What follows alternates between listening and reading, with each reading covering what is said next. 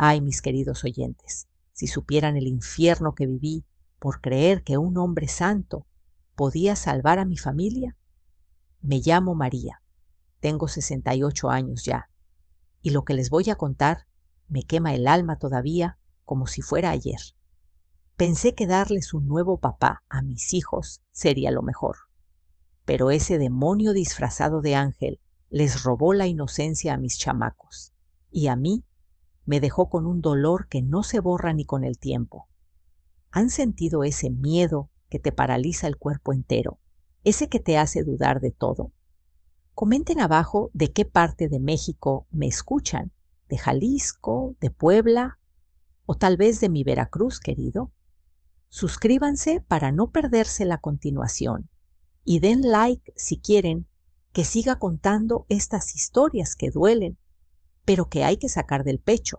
Todo empezó en un pueblito chiquito de Veracruz. Allá por el 1957, cuando nací, mi mamá, doña Carmen, era costurera de las buenas, de esas que arreglaban vestidos para las fiestas y cosían manteles con bordados finos que las señoras del pueblo admiraban. Trabajaba en una piecita al frente de la casa, con su máquina Singer que traqueteaba todo el día, y el olor a tela nueva y almidón llenaba el aire. Mi papá, don Manuel, era jornalero en las fincas de caña de azúcar. Un hombre fuerte, con las manos callosas de tanto machetear bajo el sol quemante. Era el mayor de 5 hermanos y siempre contaba historias de cuando era chamaco y corría por los manglares cazando cangrejos. Yo era la menor de 3 hermanitos y crecí viendo a mis padres luchando por sacarnos adelante.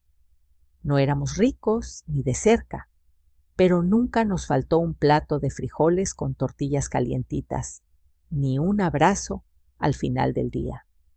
Recuerdo como si fuera ayer el patio de la casa, con las gallinas picoteando el suelo y el perro flaco que ladraba a los extraños. Los domingos mi mamá nos vestía con la ropa buena, esa que guardaba en el armario con bolitas de naftalina para que no se la comieran las polillas, y íbamos a misa en la iglesita del centro. El padre nos bendecía y después comíamos tamales en la plaza, con el sonido de los mariachis de fondo.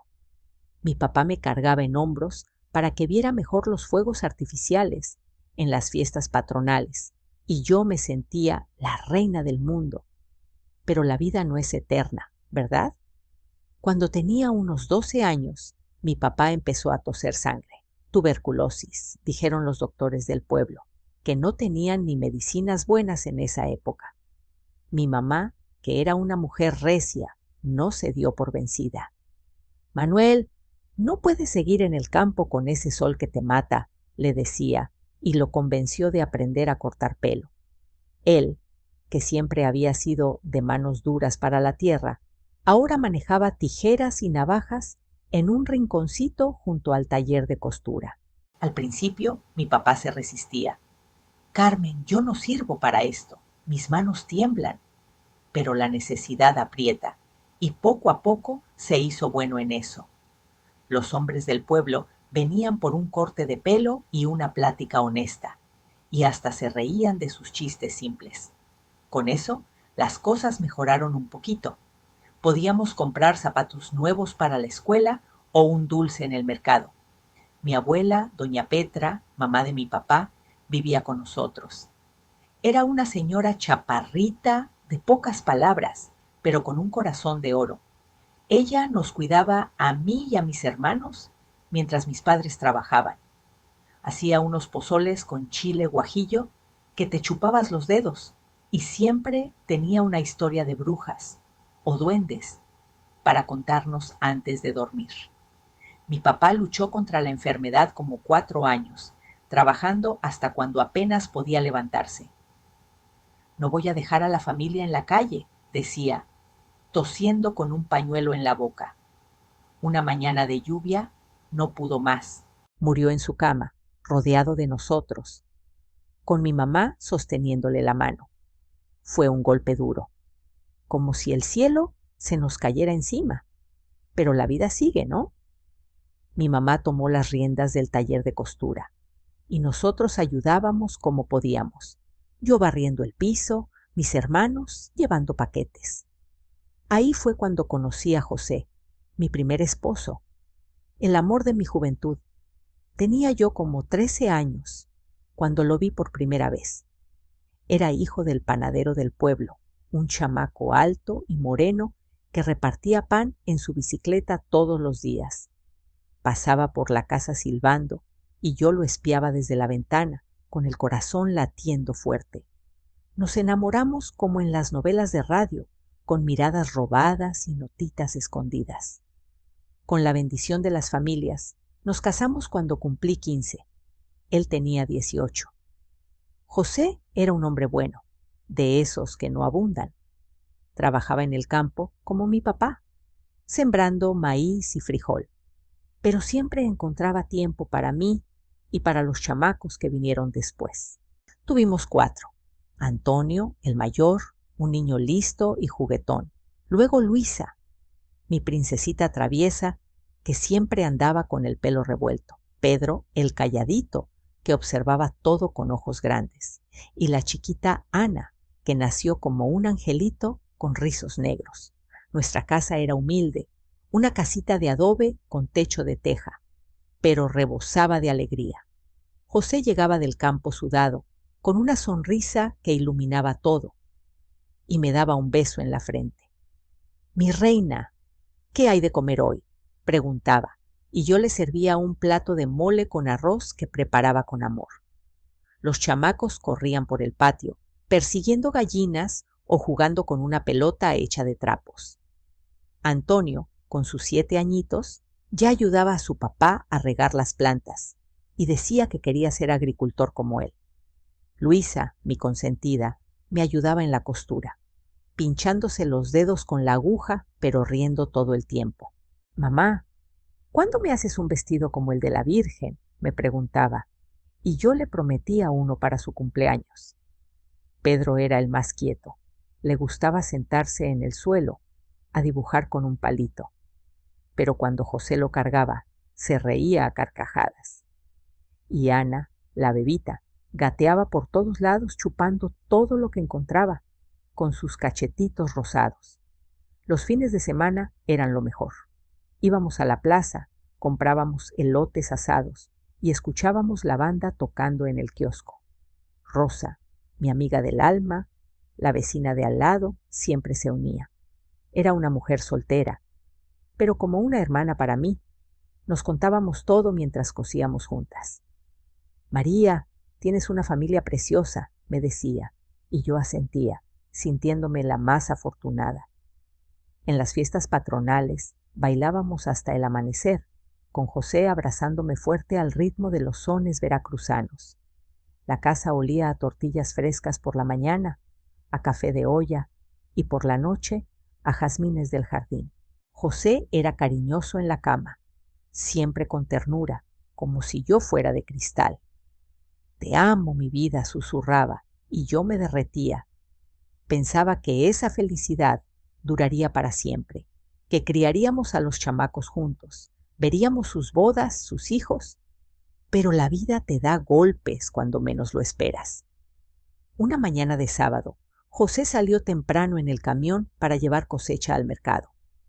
Yo estaba en el taller, cosiendo un vestido para una quinceañera, cuando llegó el compadre Juan, corriendo, con la cara pálida. «María, hubo un accidente. El camión se volteó en la curva, José». No lo hizo. Sentí que el mundo se me desmoronaba, como si me hubieran arrancado el corazón. Corrí a la carretera, gritando su nombre, y lo encontré ahí, tendido en el suelo, con el pan que llevaba para vender esparcido por todos lados. El velorio fue un mar de gente, todos llorando, diciendo que José era un hombre de bien. Lo enterramos en el panteón del pueblo, con una cruz de madera que talló mi hermano. Yo, con 21 años, viuda con 4 chamacos, Antonio de 7, Luisa de 5, Pedro de 3 y Ana apenas cumpliendo 2. La familia de José, Sus papás don Pedro y doña Juana me apoyaron mucho. Venían a casa con comida, ayudaban con los niños. Mi mamá se mudó unos meses conmigo y Rosa no se separaba de mi lado. Pero la soledad te come por dentro. Por las noches, después de acostar a los chamacos, me acostaba en la cama vacía, oliendo aún el aroma de José en las sábanas. Lloraba en silencio, preguntándome cómo saldría adelante. Las cuentas se acumulaban, la escuela de los niños, la comida, el taller no daba para todo. Los chamacos preguntaban por su papá todos los días. «Mamá, ¿cuándo vuelve papi?», decía Antonio con ojos tristes, y yo les mentía que estaba en el cielo cuidándonos. Pedro empezó a tener pesadillas. Se despertaba gritando. Luisa se pegaba a mí como garrapata. No quería soltarme. Ana, la pobre, balbuceaba «papá» y buscaba por la casa. Era un dolor que no se va con nada. La gente del pueblo murmuraba: «Pobrecita María, tan joven y sola, necesita un hombre que la ayude con esos niños». Mi abuela doña Petra me decía: «Hija, piensa en el futuro. Los chamacos necesitan un padre». Yo resistía. Aún amaba a José, pero la presión crecía. Rosa me advertía: «No te apresures, amiga. Hay hombres que parecen buenos, pero...». Pero yo, cansada de luchar sola, empecé a escuchar. Un domingo después de misa, mi abuela me presentó a Carlos, un viudo dueño de una tiendita, devoto de la iglesia, que todos veían como un santo. Él me miró con una sonrisa gentil y yo sentí un escalofrío, pero lo ignoré. «María, me gustaría conocerte mejor», me dijo, y yo, con el corazón apretado, asentí, pensando en mis hijos. Aquella tarde, después de la misa, el sol caía pesado sobre el empedrado de la plaza, y yo me quedé parada ahí, con el rebozo ajustado sobre los hombros, sintiendo cómo el peso de la mirada de Carlos me hacía vacilar. No era solo su sonrisa, que parecía tan pulcra como las camisas planchadas que vendía en su tiendita. Era algo en sus ojos, un brillo calculador que me recorrió la espalda como una gota de agua fría. Pero el cansancio de las noches en vela, lidiando con las deudas y los llantos de los chamacos, me empujaba a ignorarlo. «Está bien», le respondí con voz baja, apretando las manos para que no temblaran. «Podemos platicar un rato en el parque».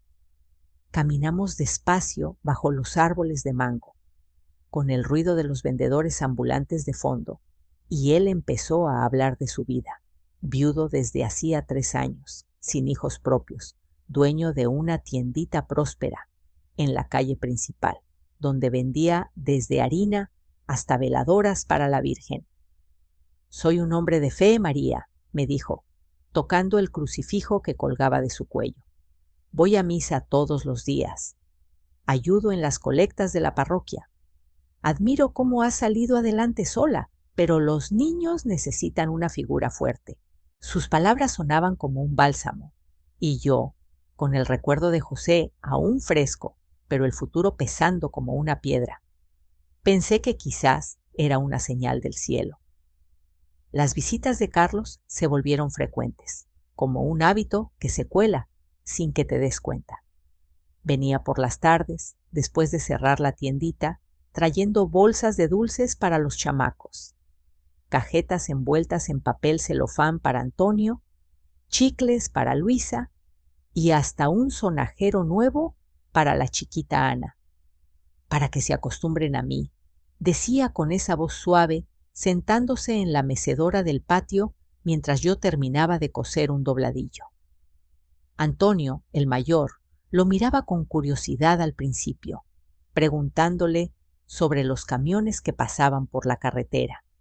Luisa se reía con sus chistes tontos y Pedro, siempre tan reservado, se acercaba poco a poco, atraído por las historias de santos que Carlos contaba con dramatismo, como si fuera un predicador. «San Judas Tadeo me salvó de la ruina una vez», narraba, y los ojos de los niños se abrían grandes. Yo observaba desde la cocina, preparando café y sentía un alivio mezclado con culpa.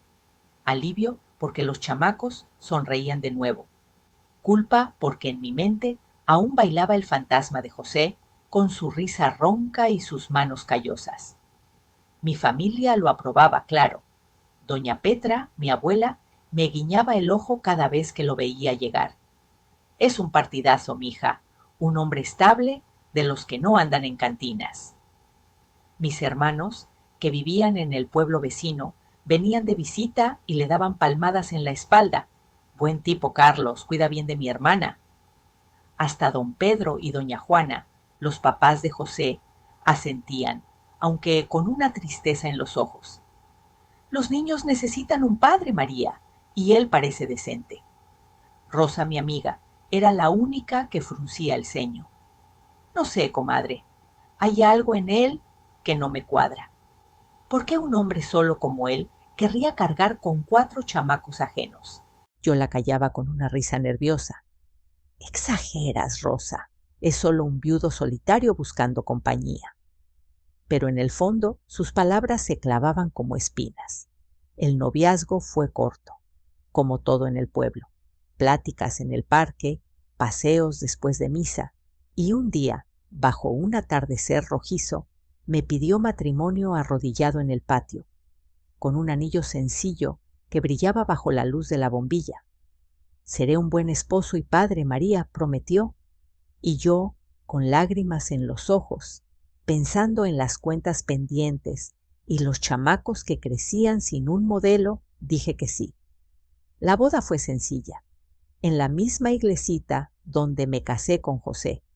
Reutilicé el vestido, ajustado un poco en la cintura, y el olor a incienso se mezclaba con el de las flores silvestres que Luisa recogió. El padre bendijo la unión, y la gente aplaudió, susurrando: «¡Qué suerte, María! Un hombre tan piadoso». Esa noche, en la cama, Carlos fue atento, pero algo en su toque me dejó inquieta, como si faltara calidez verdadera. Pensé que era cosa mía, nervios de la viuda. Los primeros meses fueron como un sueño prestado. Carlos se mudó a nuestra casita, trayendo sus cosas: una estantería con libros de rezos, ollas nuevas para la cocina y hasta un radio más moderno que el viejo de José. «Para que escuchemos las novenas juntos», dijo. Ayudaba con el taller de costura, llevando paquetes a las clientas, y por las noches rezábamos el rosario en familia, con los chamacos arrodillados en el piso de tierra. Antonio parecía admirarlo, imitaba su forma de rezar. Luisa le pedía que le contara cuentos de la Biblia antes de dormir. «Es como un papá de verdad», me decía Pedro en un susurro, y yo sonreía creyendo que había hecho lo correcto. La tiendita prosperaba, y con su dinero pagamos deudas pendientes. Podíamos comprar carne para los domingos, zapatos nuevos para la escuela. Rosa venía menos, pero cuando lo hacía, notaba: «Parece perfecto, ¿no? Pero cuídate, comadre». Poco a poco, las grietas empezaron a aparecer, sutiles como las telarañas en las esquinas. Carlos era estricto, de esos que gustan de orden militar. «Los niños no deben correr dentro de la casa, María, es falta de respeto», me decía, y yo veía cómo Antonio bajaba la cabeza, dejando de jugar con su pelota. El radio, que antes sonaba corridos alegres, ahora solo transmitía misas o sermones. Si yo lo prendía para algo más, él lo apagaba sin decir palabra, con una mirada que helaba. Las comidas se volvieron tensas. «Come derecho, Luisa, no hagas ruido con la cuchara», regañaba. Y la niña, que antes comía con las manos sucias de tierra riendo, ahora se encogía en la silla. Pedro empezó a mojar la cama de nuevo, algo que no hacía desde bebé. Lo encontré una noche cambiando las sábanas a escondidas, con lágrimas en los ojos. «No le digas al tío Carlos, mamá», suplicó, y yo lo abracé, confundida. Ana, la chiquita, era la que más me preocupaba. Antes gateaba feliz por todos lados, pero ahora lloraba cuando Carlos la cargaba. Es caprichosa, hay que educarla, decía él, y yo sentía un nudo en el estómago. Rosa, en una visita rápida, me tomó del brazo. Mira los moretones en el brazo de Pedro, comadre. ¿Qué pasa aquí? Yo negaba. Se cayó jugando, eso es todo. Pero las dudas crecían. Una noche, después de rezar, Carlos me dijo en voz baja: tus hijos son salvajes, María, necesitan mano dura, yo me encargaré.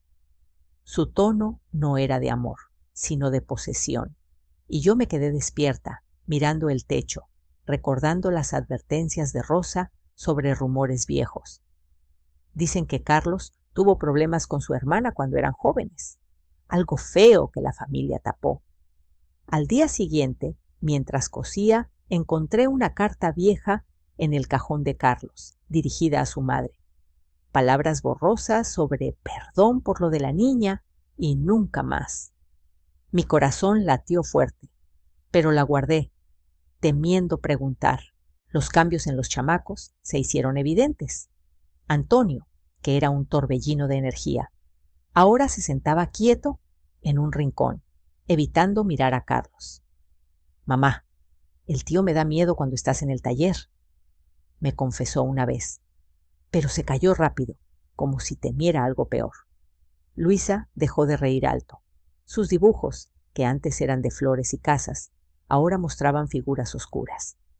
Pedro hablaba menos, se escondía bajo la cama cuando Carlos llegaba. Y Ana, pobrecita, se pegaba a mis faldas todo el día. Intenté hablar con Carlos. Los niños están raros, ¿no crees? Él sonrió, esa sonrisa que ya no me convencía. Es normal, se adaptan a la disciplina. En la iglesia dicen que el temor a Dios es el principio de la sabiduría. Pero yo veía cómo los tocaba a veces, un roce en el hombro que duraba demasiado y un escalofrío me recorría. Una tarde, mientras atendía a una clienta en el taller, oí un sollozo ahogado desde el cuarto de los chamacos. Dejé la aguja y corrí, el corazón en la garganta, encontrando a Pedro acurrucado en el piso, con la cara enrojecida y lágrimas rodando. Carlos salía del cuarto, ajustándose la camisa con expresión neutra. Solo lo corregí por desobediente, explicó, y se fue a la tiendita como si nada. Pedro no quiso hablar, solo se abrazó a mí temblando, y yo sentí un pánico creciente, como si el aire se espesara alrededor. Esa noche, acostada junto a Carlos que roncaba plácido, no pude cerrar los ojos, repasando cada detalle, cada cambio, preguntándome si el santo del pueblo era en realidad un lobo disfrazado. Al amanecer, con el gallo cantando a lo lejos y el primer rayo de sol filtrándose por la ventana rota, me levanté de la cama con el cuerpo pesado, como si hubiera cargado sacos de azúcar toda la noche. Carlos ya se había ido a abrir la tiendita, dejando su lado de la sábana arrugado y frío, y yo me quedé ahí, frente al espejo empañado del baño, mirando mi reflejo con ojeras profundas, preguntándome cómo había dejado que las sombras se colaran en nuestra vida.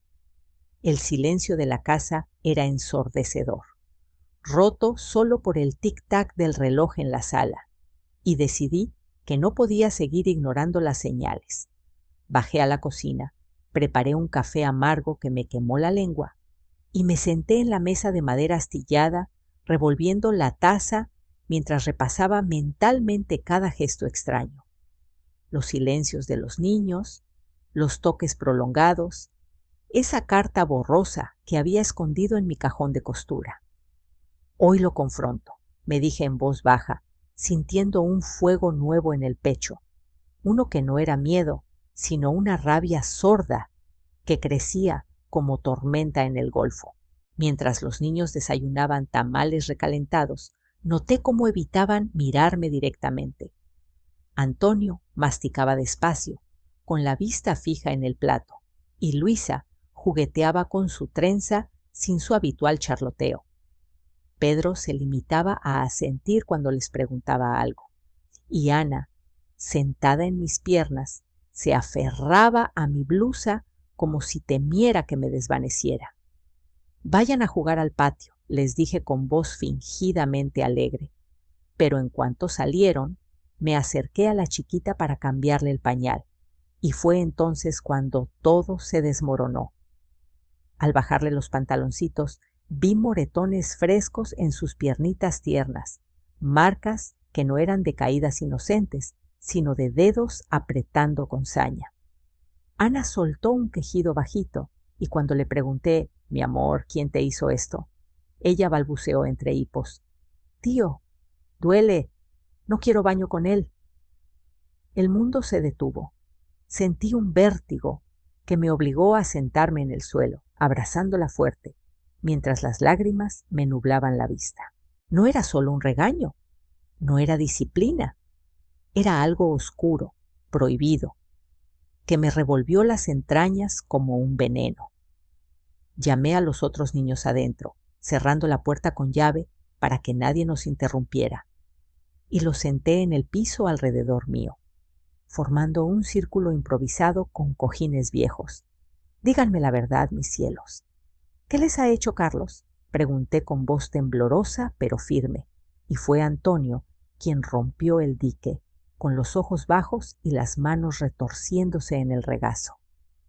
Mamá, él, cuando estás cosiendo, viene al cuarto y nos dice que es un juego secreto, murmuró, y las palabras siguientes salieron como un torrente. Toques en lugares que no debían, promesas de dulces a cambio de silencio, amenazas de que si hablábamos nos mandaría lejos o algo peor le pasaría a mí. Luisa añadió entre sollozos, me obliga a sentarme en sus piernas, mamá, y me aprieta hasta que duele. Pedro, el más callado, solo asintió, mostrando un rasguño en el brazo que había cubierto con una manga larga. Cada confesión era un puñal, y yo lloraba con ellos, abrazándolos uno por uno, sintiendo una culpa que me ahogaba. ¿Cómo no lo había visto? ¿Cómo había invitado a ese veneno a nuestra mesa? Pero la rabia superó al dolor. Me sequé las lágrimas con el delantal y busqué esa carta vieja en mi cajón, desplegándola bajo la luz tenue. Las palabras saltaban. Hermano, lo que le hiciste a nuestra hermana fue imperdonable. La familia lo tapó por vergüenza, pero Dios te juzgará. Era de un pariente lejano, fechada años atrás, y ahora todo encajaba. Carlos no era un santo, era un depredador que había huido de su pasado usando la iglesia como escudo. Guardé la carta en mi bolso, decidida a usarla como arma, y llamé a Rosa por el teléfono viejo de la pared. Comadre, ven rápido, es grave, le dije. Y ella llegó en minutos, con el rebozo volando y la cara de preocupación. Sentadas en la cocina, le conté todo entre susurros, mostrándole la carta y describiendo los moretones. Rosa palideció. Lo sabía María. Esos rumores sobre su hermana no eran chismes vacíos. Era una niña de 12 cuando pasó. La mandaron con tíos lejanos para callar el escándalo. Juntas planeamos. Primero, sacar a los niños de la casa. Ella se los llevaría a la suya, fingiendo una visita, mientras yo confrontaba a Carlos en la tiendita, con testigos alrededor para que no se descontrolara.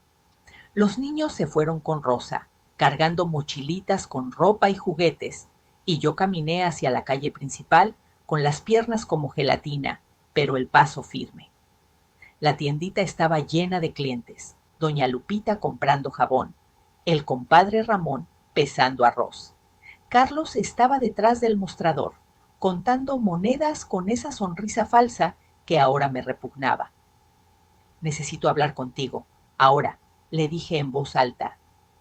Y él frunció el ceño, pero salió al fondo, donde guardaba las cajas. Ahí, sola con él en el almacén polvoriento, saqué la carta y se la tiré a la cara.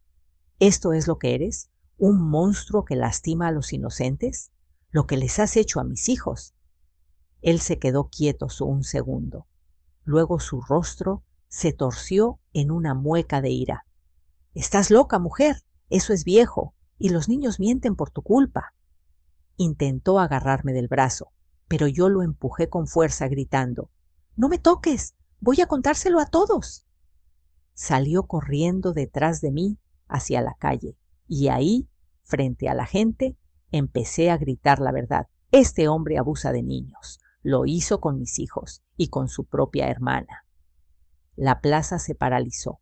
Doña Lupita dejó caer su bolsa. Ramón se acercó amenazante.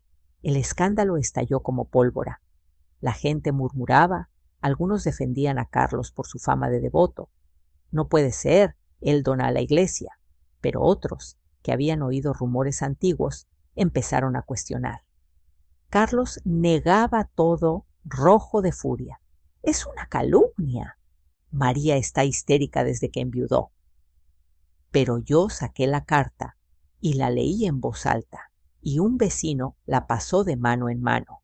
Rosa llegó con mis hermanos, que habían sido alertados por teléfono, y ellos lo acorralaron.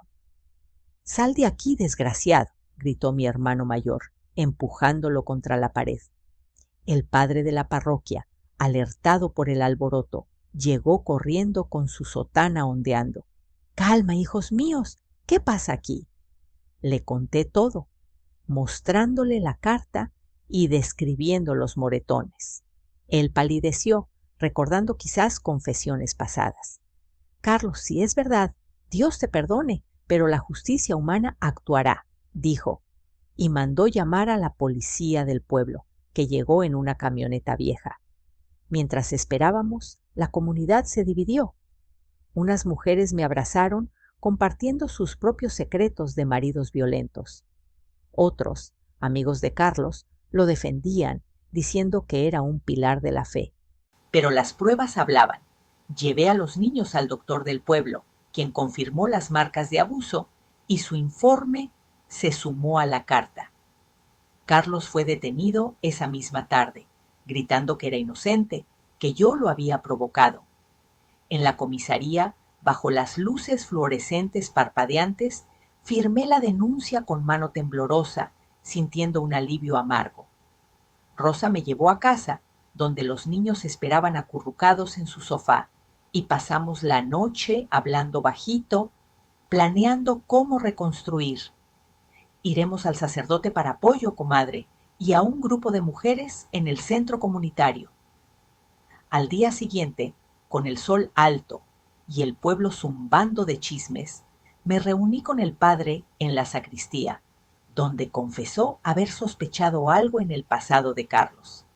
Lo absolví una vez, pero ahora veo el error. Me ofreció ayuda para los niños, sesiones con una hermana que sabía de traumas, y yo acepté, sintiendo que por fin tomaba las riendas. Pero el conflicto no terminó ahí.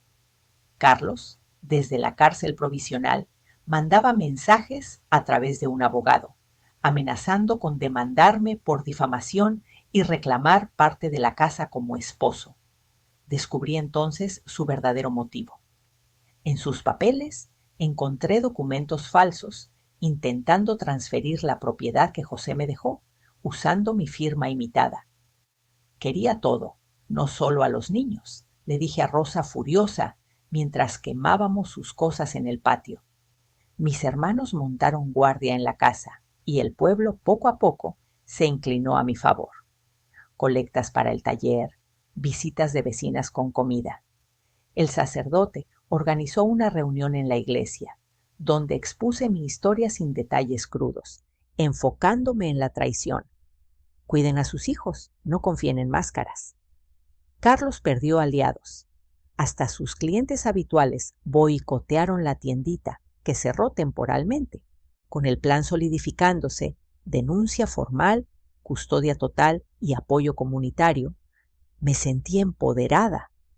Pero el horror de lo que vendría después me acechaba como una sombra en la noche.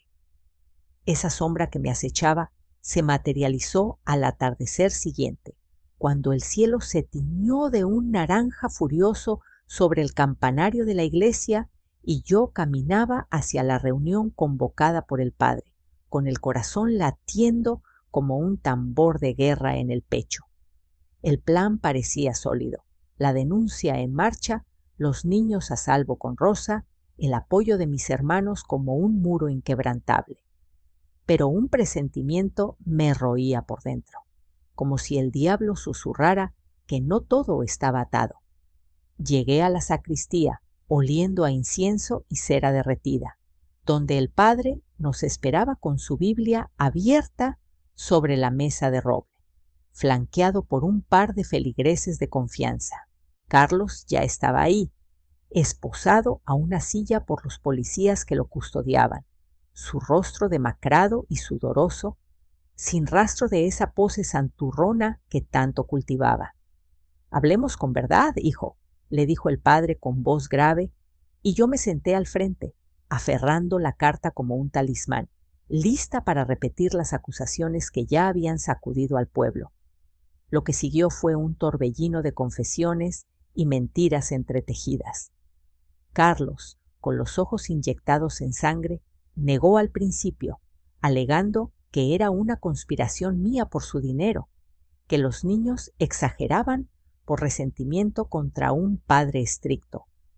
Pero el padre lo presionó, citando pasajes de las Escrituras sobre el pecado oculto, y entonces vino el quiebre.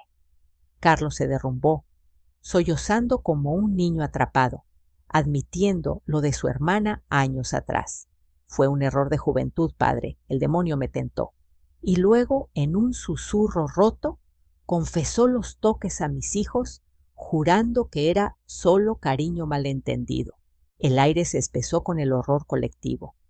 Una de las feligresas se persignó murmurando oraciones, y yo sentí un vacío helado, no de victoria, sino de asco profundo, como si estuviera mirando al abismo mismo.